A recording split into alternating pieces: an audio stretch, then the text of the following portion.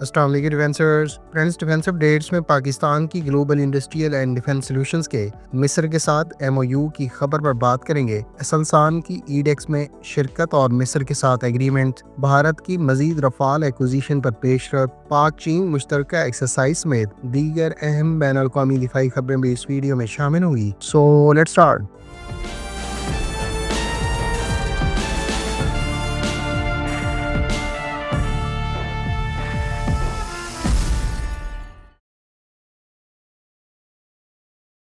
Friends, Pakistan کی global industrial and defence solutions اپنے portfolio پر موجود مختلف ویپنز اور سلوشنز کے ساتھ مصر میں ہونے والی ایڈیکس دفاعی نمائش میں شرکت کر رہی ہے۔ ایڈیکس دفاعی نمائش، جس کا آغاز 1 دسمبر کو ہوا تھا، یہ 4 دسمبر تک جاری رہے گی۔ اس دفاعی نمائش میں ایکسکلوسیو انٹرویو میں global industrial and defence solutions کے سی ای او مسٹر اسد کمال کا کہنا تھا کہ کمپنی کی جانب سے ورائٹی آف ویپنز اور سسٹمز اس دفاعی نمائش میں پریزنٹ کیے گئے ہیں، جس میں خاص طور پر loitering munitions, guided multi launch rocket systems اور کروز میزائلز کے علاوہ ایئر ٹو گراؤنڈ منیشنز قابل ذکر ہیں۔ ان کا مزید کہنا تھا کہ یہ تمام سلوشنز نہ صرف اس خطے بلکہ اس سے بیونڈ مختلف ممالک کی ریکوائرمنٹس کے پیش نظر ان ممالک کی آرمڈ فورسز کو global industrial and defence solutions یعنی GIDS کی جانب سے آفر کیے جا سکتے ہیں۔ خیال رہے کہ پاکستان کی GIDS نے اس دفاعی نمائش میں اپنے فتح سیریز کے guided multi launch rocket systems بھی آفر کیے ہیں، جن کو اس سے پہلے پاک بھارت کشیدگی کے دوران آپریشن بنیان المرصوص میں بھی استعمال کیا جا چکا ہے۔ اس دفاعی نمائش کے دوران global industrial and defence solutions کے پویلین پر دنیا کے مختلف ممالک کے ملٹری آفیشلز نے وزٹ کیا اور خاص طور پر GIDS کی جانب سے آفر کروائے جانے والے air launch cruise missile, anti ship cruise missiles اور guided multi launch rocket systems میں دلچسپی کا اظہار کیا۔ فرینڈز، اس ایکسیبیشن کے دوسرے روز پاکستان کی GIDS اور مصر کی عرب آرگنائزیشن فار انڈسٹریلائزیشن کے درمیان باقاعدہ MOU بھی سائن کیا گیا ہے۔ اس MOU کے تحت دونوں کمپنیوں میں فیوچر میں کولیبریشن اور مختلف ویپنز اور سسٹمز پر تعاون کے حوالے سے اقدامات شامل ہیں۔ فرینڈز، ترکیہ کی جانب سے ایڈیکس دفاعی نمائش کے حالیہ ایڈیشن میں کئی کمپنیاں حصہ لے رہی ہیں، جبکہ اس ایڈیشن میں میزبان ملک سے زیادہ کمپنیاں ترکیہ کی جانب سے شرکت کر رہی ہیں، جو دونوں ممالک کے درمیان بڑھتے دفاعی تعلقات اور مختلف سسٹمز اور ویپنز کے حوالے سے کولیبریشن کی عکاسی کرتے ہیں۔ اس دفاعی نمائش کے دوران اسلسان سمیت ترکیہ کی کئی نامور کمپنیاں شرکت کر رہی ہیں، جس میں ہیولسان اور ٹرکش ایروسپیس انڈسٹریز قابل ذکر ہیں۔ ترک کمپنی اسلسان نے بھی اس دفاعی نمائش کے دوران مصر کی کمپنیوں ایمسٹون اور تورنیکس کے ساتھ کوآپریشن کے ایگریمنٹس پر سائن کیے ہیں۔ خیال رہے کہ دنیا کی 100 ٹاپ کی دفاعی کمپنیوں سے متعلق جاری کردہ اسٹاک ہوم پیس ریسرچ انسٹی ٹیوٹ کی لسٹ میں کئی ترک کمپنیاں بھی شامل ہیں، جن میں اسلسان ٹاپ کی کمپنیوں میں شمار ہوتی ہے۔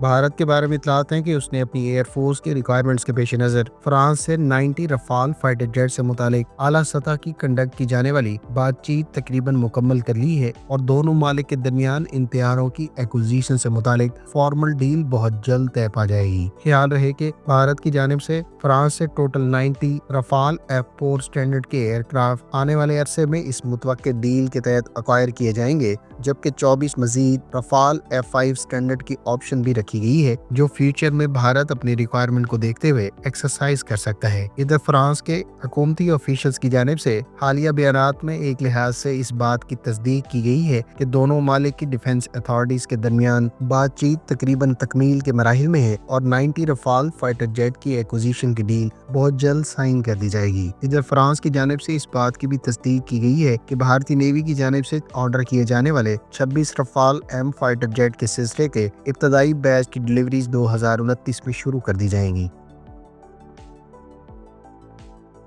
آسٹریا نے اپنی ایئر فورس کے پائلٹس کی تربیت اور لائٹ اٹیک رول میں استعمال کے لیے لیونارڈو کے تیار کردہ ایڈوانس ٹرینر ایئر کرافٹ سے متعلق فارمل ڈیل سائن کر دی ہے۔ آسٹریا کی جانب سے ٹوٹل $1.75 ارب کی لاگت سے اٹالین کمپنی لیونارڈو کے تیار کردہ M346 FA trainer plus light combat aircraft acquire کیے جائیں گے، جبکہ آسٹریا کی جانب سے اس ڈیل کے تحت ٹوٹل 12 لیونارڈو کے M346 FA trainer year craft 2028 سے ڈیلیور ہونا شروع ہو جائیں گے۔ گو کہ آسٹریا نے ان طیاروں کی ایکوزیشن کا فیصلہ اب سے چند ماہ پہلے کیا تھا، تاہم دونوں ممالک کے درمیان فارمل ڈیل ابھی سائن کی گئی ہے۔